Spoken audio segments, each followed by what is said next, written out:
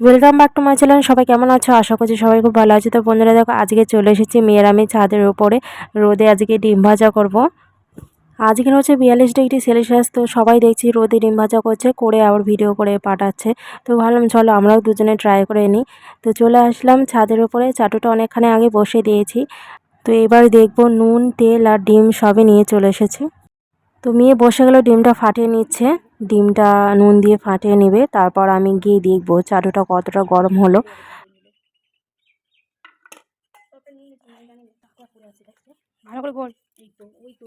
তো চাটুটায় হাত দিয়ে দেখলাম একটু গরম হয়েছে। তো ভাবলাম চলো তেলটা দিয়ে দিই দেখি। তো ডিমটা ফেটে নিয়ে আমি রোদেই রেখে দিয়েছিলাম যাতে তাড়াতাড়ি গরমও হয়ে যায় ডিমটা, আর চাটুটায় দিলে ডিমটা সেদ্ধ হয়ে যায় তাড়াতাড়ি। তো চাটুটা ভাবলাম থাক আরও একটু গরম হোক, তেলটা দিয়েছি তো একটু বসে থাকি, কিছুক্ষণ পরে যাব, গিয়ে তারপরে দেখব ডিমটা দিয়ে কেমন হলো।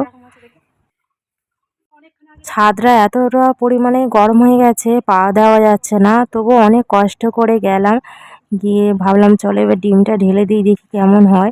তো ডিমটা দেওয়ার পরেই তো আমি অবাক হয়ে গেলাম, সত্যি রোদে ডিম ভাজাটা হচ্ছে। ডিমটা আস্তে আস্তে দেখলাম হতে থাকছে, সাইডে সাইডে অল্প অল্প সেদ্ধ হয়ে গেছে। তো ভাবলাম চলো আরও কিছুক্ষণ রোদে রেখে দিই, তারপর এসে দেখবো কেমন হয়।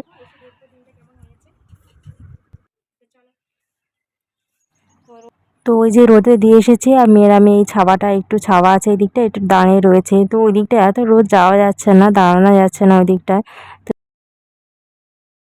তো এই দিকটা একটু দাঁড়িয়ে থাকি, নাহলে কাক আবার পাখি এসে নাহলে খেয়ে নিতে পারে।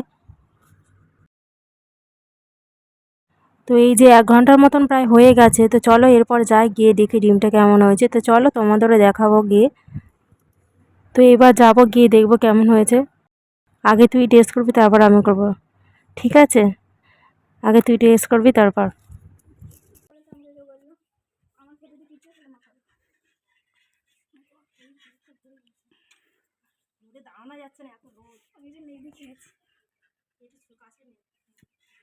আমি যখন ডিমটার কাছে গেলাম ভাবছিলাম যে উঠবে কিনা, দেখলাম ভালোই সেদ্ধ হয়ে গেছে রোদের তাপে ডিমটা। আর চাটু থেকে তুলতেই সঙ্গে সঙ্গে উঠে এলো, প্লেটের মধ্যে তুলে নিয়েছি।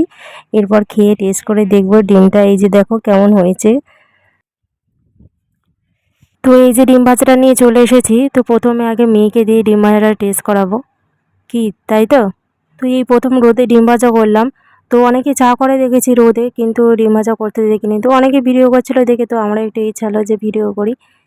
তো অনেকদিন আগে ডিম ভাজাটা করবো ভেবেছিলাম, কিন্তু মেয়ের এক্সাম চলছিল বলে সেই জন্য আর করা হয়নি। তো চলো আগে মেয়েকে দিয়ে টেস্ট করে ডিম ভাজাটা, খেয়ে বলবে কেমন হয়েছে। তো মেয়ে তো ডিম ভাজাটা খেয়ে বললো যে ওর ভালো লেগেছে।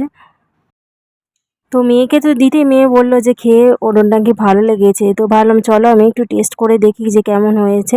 তো খেয়ে দেখলাম সত্যি খুবই ভালো হয়েছিল ডিম ভাজাটা খেতে।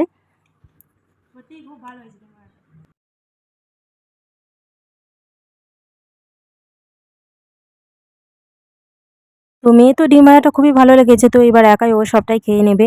তো আমি বললাম ঠিক আছে তুই খেয়ে নে। তো চলো বন্ধুরা, ভিডিওটা আমি আজকের মতন এখানেই শেষ করে দিচ্ছি। ভিডিওটা যদি আপনাদের ভালো লেগে থাকে তাহলে প্লিজ একটা লাইক অন্তত করে দিও, এত কষ্ট করে ডিমটা ভাজলাম রোদের মধ্যে।